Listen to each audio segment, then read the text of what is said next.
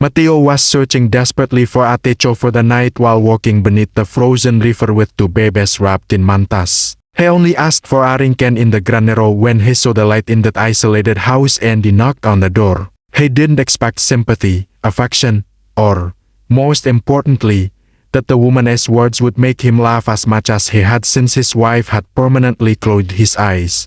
It was during a period when the roads between communities were long, crowded, and lonely. Traveling meant walking, spending the night in a camp, and hoping to find shelter in a kind home. In those days, toward the end of the 1800s, hospitality was not legally written. Any traveler could knock on a door and ask for help, and most of the time they were successful because everyone knew that they might also need that same bond. However, these journeys were more challenging than others, and these were situations that tested the human heart in ways that no one could have predicted. Mateo is a 32-year-old professional carpenter with callous hands and an honest heart. He had built a house for his wife and a tuna for his children, but he never thought he would build a home for the woman he loved. Isabella died 3 semanas ago. A portion of gemelos, complications that no more medical expert could solve. After giving birth to healthy, perfect, and hermoso babies,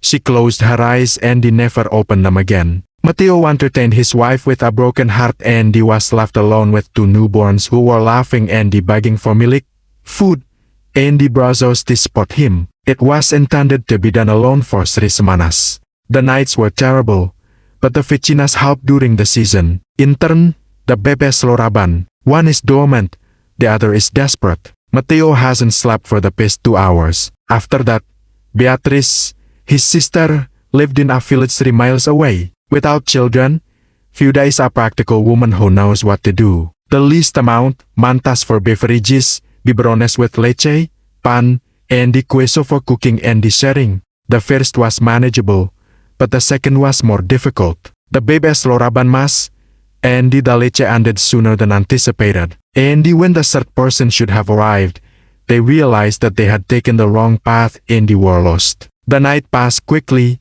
and with her came the cold, which chewed the skin and caused the bebes, even those wrapped in mantas, to tremble. With a babe in each brazo, Mateo walked desperately in search of any civilization. Then, in the middle of the darkness, there was a small, isolated house with a lamp in the window, the corridor facing away, the porch escalones beneath it, and the door was kicked with urgency and anticipation. The choras enlatiendo fiercely, the babe is trembling in its arms. The door opens, and a woman emerges holding a el para a visita, looking at him with surprise. He was about 40 years old. Cabello oscuro, familiar, plain yet limpio, rostro cansado but kind. Mateo spoke in a quebrada voice. Perdónela hora, señora. I'm lost. Viajo con mis bebés. It's a lot of fun. We might be able to spend this evening alone in the granero. No more molestar cuermos. The woman looked at Mateo. He then looked at the 2 babies in their arms, shivering under the mantas caused by the water that had just started to fall.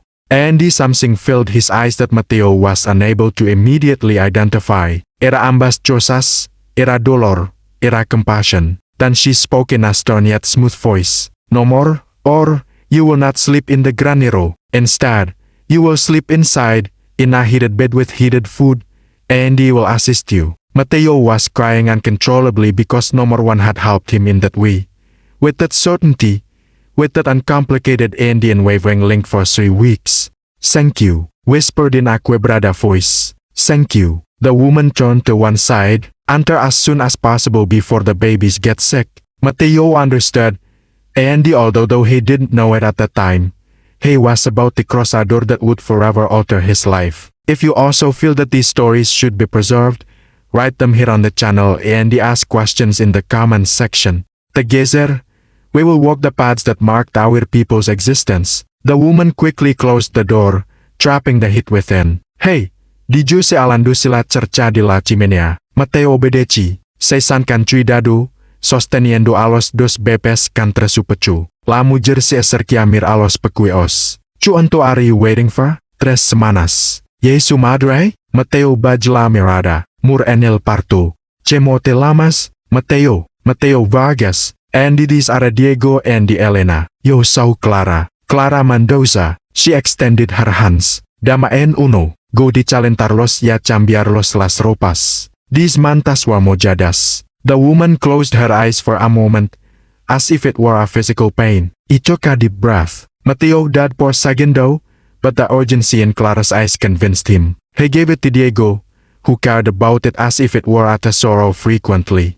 He walked in at the residence and he volunteered with ropas such as and the small mantas limpias. With expert movements, he changed to Diego, enveloped him in mantasica, and he went to the chimenea to call it. Dama a la otra, dijo. Mateo gave it to Elena, and Clara repeated the process. While this was going on, Mateo noticed something unusual. Clara's hands were shaking and she was crying silently as she rubbed her mejillas. Say ora, are you okay? Clara quickly dried her tears. Yes, but it had been a long time since she had been carrying bebés. Mateo didn't fully understand, but he didn't ask. Clara placed the two bebés in a large canasta, covered with mantas near the fireplace. Now you have to get rid of that mojado abrigo. I'll bring you a cicaropa. No more, ora, no more es necesario. No more es solicitud, es orden. Faz en enfermarte si sigues con esa ropa. Mateo complied. Clara brought him a camisa and pantalones, which were large, probably from a very fat man. While Mateo was changing into a different room, Clara was preparing food caliente sopa, pan, and meat, and when Mateo returned, he found the meal that had been served. Se ora Clara, astides demasiado generosa. Chaf etiacam. It seems that Mateo hasn't eaten well in Mexico. It was true. Mateo hadn't eaten well since Isablas des. The soup was simple but delicious. While this was going on, Clara felt close to the bebés, watching them sleep. San hermosos, she murmured. Se parecen a su madre. Mateo sighed in a cheerful voice. Ade ende viajabas. A casa de mi hermana, Beatriz. Live in a town called Valle del Ero, but is sinky lost. This isn't the right path, Clara sighed. Valle del Ero is a couple of miles away from here. I'm confused, but don't worry. You can stay here until you're ready to proceed. I can't abuse your bone, ora. It's not abuse. It's Clara searching for words. Mateo finished his meal and sighed. Ven, te voy a mostrar de en vas a dormir. Clara responded. Ven, te voy a mostrar de en vas a dormir. He was taken to a small room with a simple yet limp cama and the amadera tuna on the side, which Clara sighed in a smooth voice. Fiu de mide alguien ya no more. You can use it for bebés.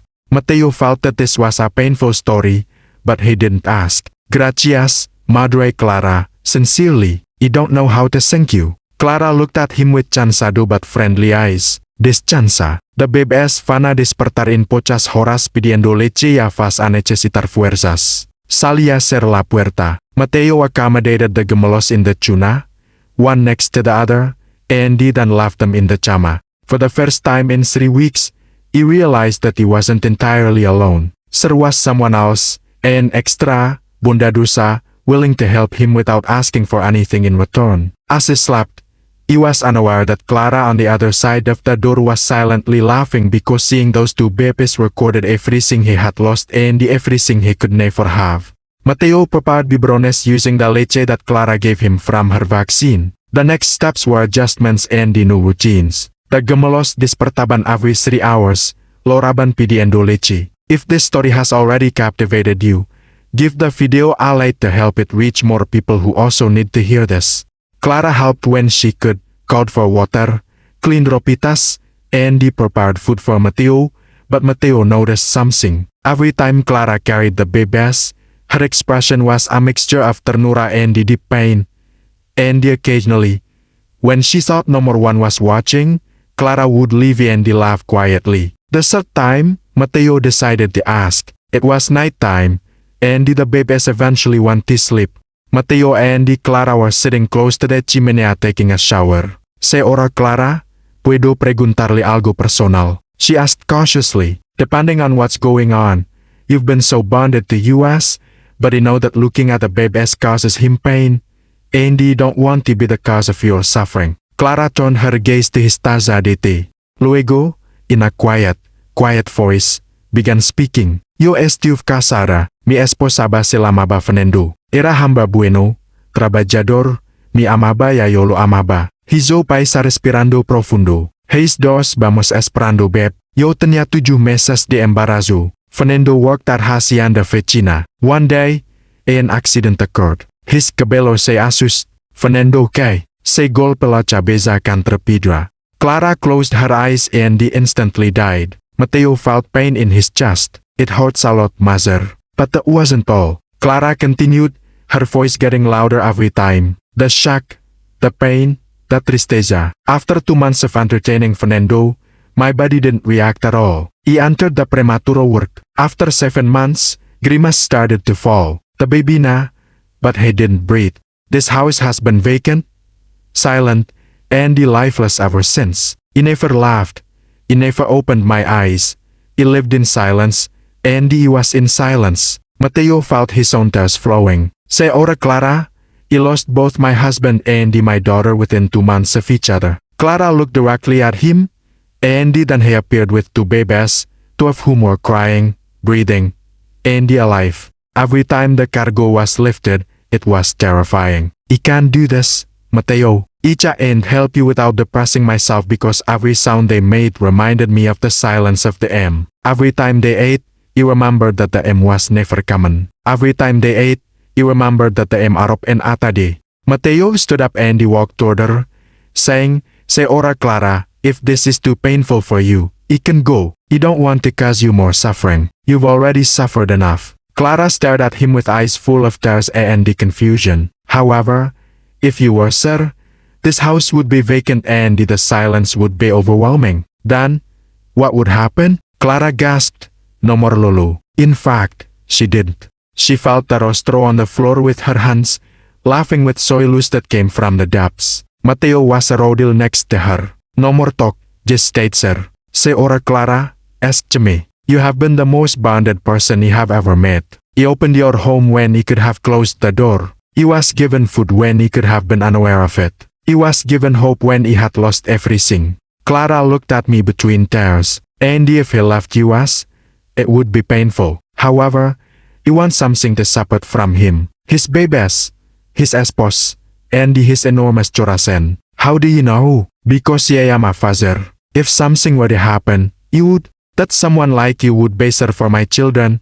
Someone with a heart so big that even in the midst of his own suffering, he could see other people's suffering and help. Clara laughed even harder this time, but it was a cry of liberation, of pain finally coming to the surface. Mateo remained sir in silence, listening to his anguish. When Clara finally calmed down, he looked at Mateo with red but clear eyes. Kudet, please, you don't know if I'll be able to do it without crying, but I want to try, Mateo sighed, because sometimes, taking care of your babies is honoring the mother, giving meaning to my suffering. Then we stayed together with all the pain, all the sadness, but also hope. That night, something changed between them. They weren't just outsiders, bondadosos, and the necessary travelers. They were 2 almas rotas trying to heal together. You presented what you sold? That's a commentary with your thoughts. The next chapter awaits you. The next several weeks were filled with a routine. Clara continued to assist, but now with more openness. She laughed when she needed to laugh, cried when she could cry, and gradually the gemelos started to fill the vacuum in that house. Diego was more calm, slept for long periods of time, and he seldom laughed without reason. Elena was more active, desperate, and miraba everything with curious eyes, and Clara gradually started to love them not as replacements for his lost babe, but as new almas deserving of his own love. Mateo, on the other hand, started to feel something clearly that he had not anticipated feeling so soon after losing Isabella. It wasn't romantic love at all. It was deep gratitude, immense respect, and something else he couldn't name. One day, while Clara was feeding Elena, Mateo spoke to her. Se ora Clara, I've been thinking about what? In leaving me not just temporarily, but permanently. Clara looked at him in shock. What? My hermana Beatriz. The truth is that we don't have a very clear relationship. We didn't see each other, and the basic reason you answer was that no more one was sir. Mateo, but here you have someone, you, who truly cares, who helps not out of obligation but out of loyalty. And you think that maybe we could help each other out. It could work. take care of things in his house, cultivate land, and you could continue helping me with the babies. Clara processed the words. Are you sure? I'm not sure of anything else. I'm more sure of this than anything else. Clara sighed. I'm sure. Then we went on a date. We constructed our list together, and they made a silent agreement. Mateo stayed home, worked in the house, fixed the techo, made amends, and raised a small huerto. Clara took care of the girls during the day, cooked, cleaned, and sang tuna songs that she didn't realize she knew. Eventually, the house stopped being silent, filled with beverages, traditional recess, and lengthy conversations near the chimney. However, the tranquility didn't last forever. As 3 months after Mateo arrived, the door was knocked on in an urgent manner. Is this the house of Clara Mendoza? She asked in a frustrated voice. Es, soy yo. Puedo ayudarlamu gerentacien sin invitacien. No more, but puedes decirme de mi hermano Mateo Vargas. He was told in the pueblo that was Sir Clara Pálida. Ustedes, Beatriz Vargas, his hermana, and Divine Alefermelo, and with that the piece broke down. If you were Mateo, what would you do? What would you do? What will happen next is that everything will change. Mateo salí de la habitación a las 4 voces elevadas. Beatriz. The woman turned around. Les Mateo, por fin te encontró. He has been searching for you for weeks. He was pregnant in Cercanos in Valle del Ero. Someone told me that a man with 2 babies had passed away 3 months ago and he had ended up in a solitary home. Beatriz looked at Clara from above to below with a disimulado desprecio. This is the woman, Beatriz, seora Clara. Myself, Aosia a los gemelos. When we didn't need it, he gave you as refuge. And now what? You're still here as how exactly what exactly? Clara felt hit in her mejillas. Seora, you don't know what I'm implying, but I am implying that a single woman should take care of her children without being married to her father. Are you aware of what the people say? Are you aware of how this is perceived? Mateo went forward. I don't care how this is perceived. Clara has been my family for the past 3 months, more than I have in my entire life.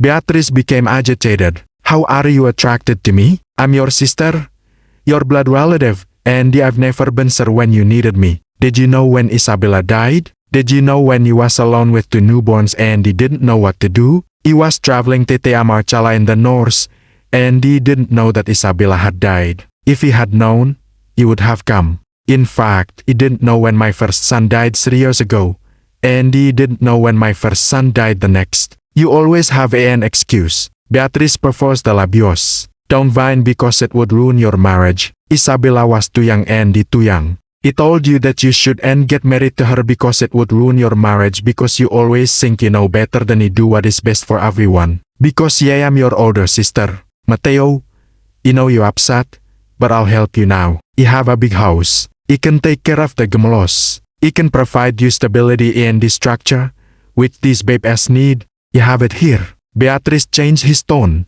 Beatriz continued, Mateo, think about the future. These babies need family of truth. No more temporary agreements with extra personas bondadosas. Clara is not extra. What is it? Your spouse, the mother of 2 hijos. No more is a woman who has been with them for 3 months and by whatever bondadosa that may be. No more is family. Mateo looked at Clara. Beatriz juga got his final card, but it made no more difference. Mateo worries about her reputation. Every time she passes by, without being married to her, her name changes. People talk, people judge. Are you really trying to ruin the reputation of the woman who helped you so much? Mateo felt guilt growing. It was true. We didn't think about it. Clara finally spoke in a small voice. Maybe your sister has a point. Clara, no more. The gemelos need a family of blood and a formal structure, and you don't have any of that. You're all for US, but not legally or officially. You're just a woman who casually converses with them. Beatriz responded with satisfaction. And for that reason, Mateo, you're going to come see me today. I can't right now. You can, and you should, because that's what's right for these babies. Mateo looked at Clara and Beatriz and the gemelos sleeping in the tuna and he felt like the world was falling apart again because he knew Beatriz had points.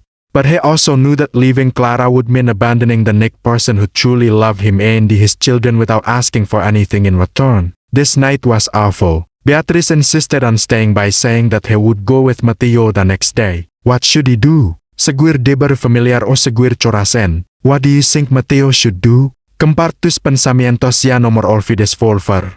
Mateo intended to speak with Clara privately, but she avoided being alone with him. The two of them felt tense, laughing more than usual, as if they knew something was wrong. At 3 in the morning, Mateo became desperate after hearing Elena's cry. Clara prepared her habitation, maintaining professional but evara compostura. I can do it, Mateo sighed, but I want to do it myself. Once again, Clara sighed, no more, Mateo, let me say this. She prepared the Bible in with expert hands, carried it to Elena, and began to feed it. Your sister has a point, he sighed softly. Bebés need stability, formal family. Yo no more puedo daros eso. Claro que puedes. No more legally. Beatrice can give them a house, a structure, and a familiar name. I can only give them love, and that is insufficient in front of the world's eyes. For Mexico, it is sufficient. Clara is very happy, but what about the gemelos? When they grow up, what will they say? This is Clara, the woman who took care of us for a while. Clara sighed, no more soy su abuela, no more soy su tía, no more soy nada. It could be her mother. She looked at Mateo with tears in her eyes. What did you say? Mateo turned to face her. It could be her mother if you wanted tea. If you accept me as an esposo. Clara laughed me feeling soyoso. Mateo, you can't ask me this just to solve a problem with your hermana. This isn't the only reason. Over the past 3 months, I've witnessed more genuine love in you than in my entire life before. This is because my children adore you. And when you look at you, I see a future in which we can all be happy. However, your spouse, my spouse, died and will always be loved. However, she wasn't there to take care of our kids. I know it's quick, and it's a little unconventional, but nothing about our situation is conventional. Clara laughed openly. Now I've come to love you and these babies, but I'm afraid you won't be enough.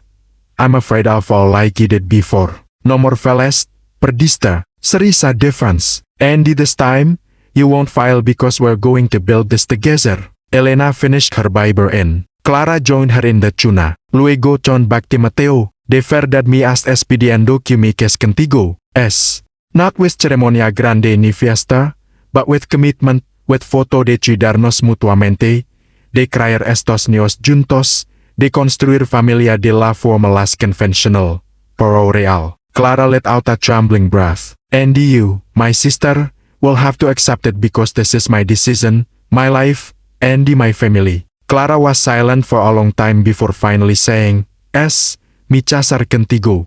Not for convenience, but because you believe we can create something hermoso out of our tragedies. Mateo embraced her, and they both rejoiced over everything they had lost and everything they had finally found. The next morning, Mateo confronted Beatrice, saying, No more voy contigo. Beatrice firmly left his coffee cup. Ku, no more voy. Mi quedo aku kan Clara. Mateo, no more cisridacien. No more esricien. Es mi dicacien. Clara and Dio vamos a casarnos. We're going to raise the gemelos together. Beatrice became enraged. Casarte. Isabella passed away 3 months ago, and Dio already here. There's no more need to show respect for Isabella. It's superficial. It's building a future for my children. It's impulsive and hurried. It's my choice, and I'll do it with or without your approval. Beatrice looked at it with a mixture of rabia and deceit. If you have this, don't talk to me. I won't support this ridiculous marriage. I don't need your support. I need you to respect my decision. Beatrice took his bolso. Okay, tell to her, but when this breaks down and you see what went wrong, don't get angry with me. I'm not going to argue because this time I'm choosing with the corazón, not the deber. Beatrice salidando portazo. Clara, who had heard everything from the casina, salikan grief in her eyes. Are you sure about this? Mateo da Tom de las Manos, more certain than ever. At that point, both of them assumed that they had made the right decision. It wouldn't be easy. There were judgments and the criticisms, but there was also love, purpose, and the family, and that was more than enough. If this story has already moved you up to this point, all you need to do is wait, and wait for the next chapter. The wedding was straightforward, without a celebration or invitations, just Mateo, Clara, the gemelos, and the Pueblo Pirocho. Mateo promised to love and care for Clara for the rest of his life, and Clara promised to love and care for the gemelos as if they were her own. The Pirocho, moved by their shared history, bendijo with special words, Ustedes dos han conocido dolor que unedi de berakenacer. He has lost more than what man people lose in life. However, they didn't stay in pain. Instead, they built something new, which is a virtue that deserves to be respected. They left the church as esposos, not with explosive joy but with deep peace. They returned to their shared home and they started a new life. The first few months were spent adjusting. Mateo learned to see Clara not just as a benefactor but also as a mother. Clara learned to see the gemelos as new bendiciones rather than as recordators of perdida. The gemelos grew. Diego already supported his head. Elena cried when Clara sang. And gradually what had been a practical arrangement turned into true love, not instantaneous love but love built slowly, patiently, respectfully, and with commitment. One night, months after the Buddha, Clara was about to go to sleep with the gemelos when Mateo interrupted. Puedo hablar contigo, Claro, se sentaron en el borde de la cama. Quiero agradecerte, Mateo. For what? For everything. For opening your door that night, for caring for my children, for accepting casarte conmigo, for building this family with me. Clara sighed, no more tienes que agradecer. Yo estaba gan canesto, gan familia, gan prop itu, gan resen para despertar cada etapa. Are you happy? Clara thought carefully about the question. Not in the same way that he was happy with Fernando, but I am happy in a different way, honoring my past while also embracing my present. Mateo took his hand. I want you to know that I love you, not just because of what you have for my children, but also because of who you are. Clara was crying. I love these babies as much as if they were my own. They will be so suave and full of promise for the first time, and that night both of them slept knowing that they had found something precious in the midst of tragedy. The second opportunity was lost. Diego became an inquisitive child who wondered about everything. Elena became a young girl who was always curious, and both of them called Clara Mom, not because they forgot about Isabella. Mateo told them about his biological mother with love and respect, but Clara was the one who was her, who took care of them when they were sick, who comforted them when they were laughing, and who rejoiced when they accomplished something new. Clara was mom in every sense of the word, and she flourished in that role. Beatrice never volunteered, never wrote, and never felt guilty, but that was okay because Mateo and Clara built their own family with their own definition of what family meant. It wasn't perfect. They had problems, difficulties, and moments of doubt, but they also had love, commitment, and a desire to move forward together, and that was more than enough. Sometimes you have to choose between duty and love. Read this chapter with someone who understands it. 5 minutes after Mateo knocked on the door, something unexpected happened. Beatrice reappeared. She knocked on the door in late afternoon, just like that first night. Clara opened it. She didn't immediately recognize the woman.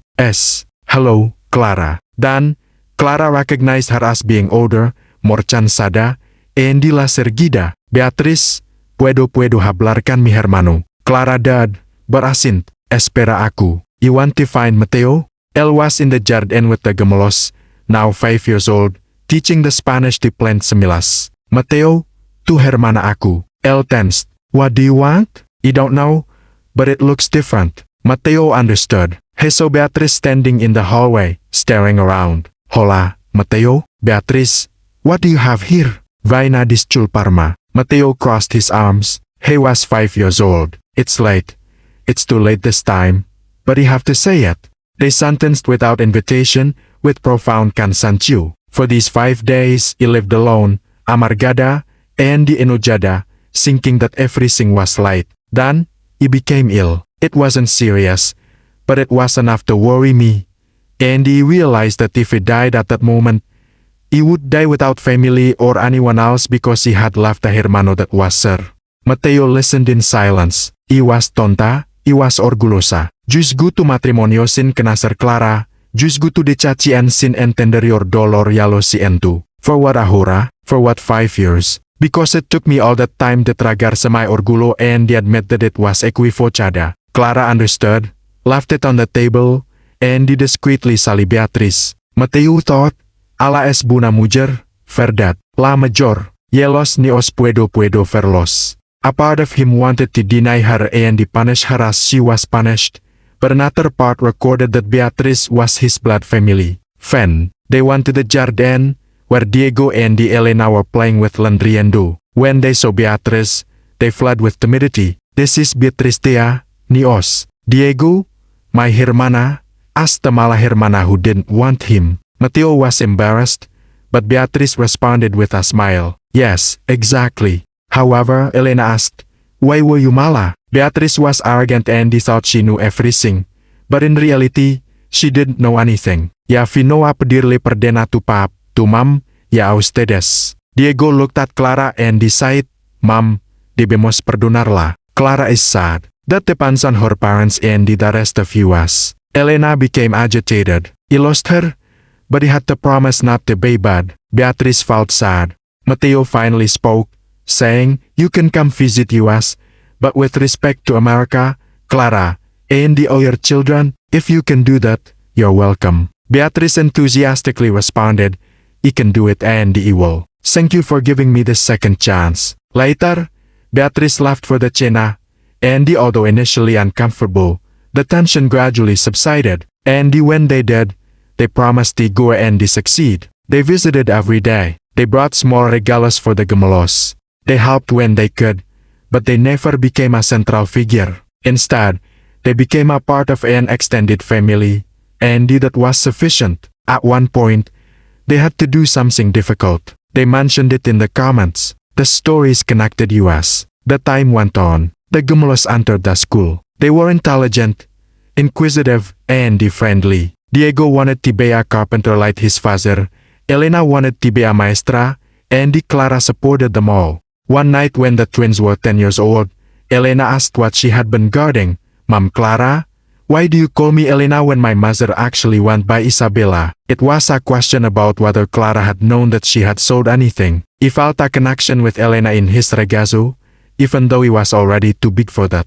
Your biological mother gave you that name. Elena means bright light, and she knew that he was going to shine. He alone had the privilege of helping you shine, even though he didn't know her. He was honored because she gave you life and he gave me the chance to be your mother, and your beloved, who passed away. Clara felt a familiar pinchazo of pain, but it wasn't unbearable yet. It was always unbearable, but taking care of you and your hermano helped me to alleviate that pain. Elena embraced her, saying, Te quiero, Mam Clara. Yo también te quiero, Milas Brillante. Diego, who had heard everything, became agitated. Mom, have you ever regretted opening the door for us that night? Clara embraced both of them. Ustedes salvaron mi vida tanto como yo sales las de ustedes. Mateo, watching from the door, felt aleno corazón. He had built something hermoso, not perfect, but real. Family born not of blood, but of affection, of love, and of commitment, and that was what was important. What did you think this path was? Compare your viewpoint. 20 years old on that lluviosa night, Mateo was 52 years old, and Clara was 60. Both had gray hair, but their bodies were young. The two of them grew up together. Diego, now 23 years old, was an accomplished carpenter who had previously been married to a bondadosa woman who reported to his mother Clara. Elena, also 23, was a maestra in the Pueblo school, well liked by her students, and they both frequently visited. One afternoon, the entire family was gathered in the house that had once belonged to Clara alone. Diego was accompanied by his wife and the recently born child. Elena was accompanied by her husband. Beatriz was present, now 65 years old and much thinner than before, and while they were eating, Clara looked around the table. He remembered that night about 20 years ago when they opened their door and he saw their desperate father with two babies. At that moment, he had to decide whether to close the choras and to protect himself from the pain or to open it knowing that it would hurt. He chose to open it, and the decision completely changed everything. The babies, who had nearly died that night, were now happy, successful adults with their own families. Mateo noticed her expression. ¿En qué piensas, Clara-san? In that night when tocaste mi puerta pidiendo refugio en el granero, that was the best night of my life. The man who had arrived Wado now was esposo amoroso y padre orgulloso. And she, who had been lost so much, had won everything back, not in the same way, but in an equally beautiful way. For what reason? Because she was told that we didn't sleep in the granero, but rather that we slept inside, in the heat, and in safety. And those words, saved me. Clara took his hand. We both saved each other. Diego lifted his cup. A brindis by Mam Clara, who never let you sleep in the granero and gave you a real hogar. Everyone lifted their cups by Mam Clara, and Clara felt tears of joy. Clara and Mateo were sitting on the porch that night after everyone had left. You know what I've been thinking? Mateo sighed. What? Does life have a way of extracting what we need? Not always in the way we anticipate. What do you want to say? You lost Isabella, and you lost Fernando and your wife. However, through these sacrifices, we found each other and created something beautiful. Clara sighed. He didn't replace Fernando, and he didn't replace Isabella.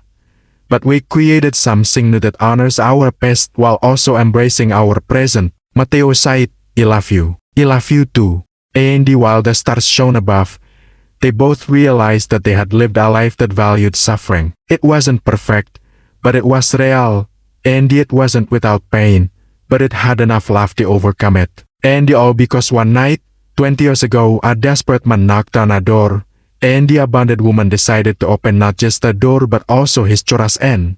In doing so, they found redemption, sanitation, and the family, because sometimes the greatest regalos are enveloped in need. And the strongest families are not those that are born of blood, but rather those that are born of choice, commitment, love, and the decision to flourish even in the face of death. And that family endures forever. If this story touched your heart, subscribe to the channel and give the video a like so that it reaches more people. This helps the channel grow. Every story in this place comes from the heart of our people, and there is always more waiting for you.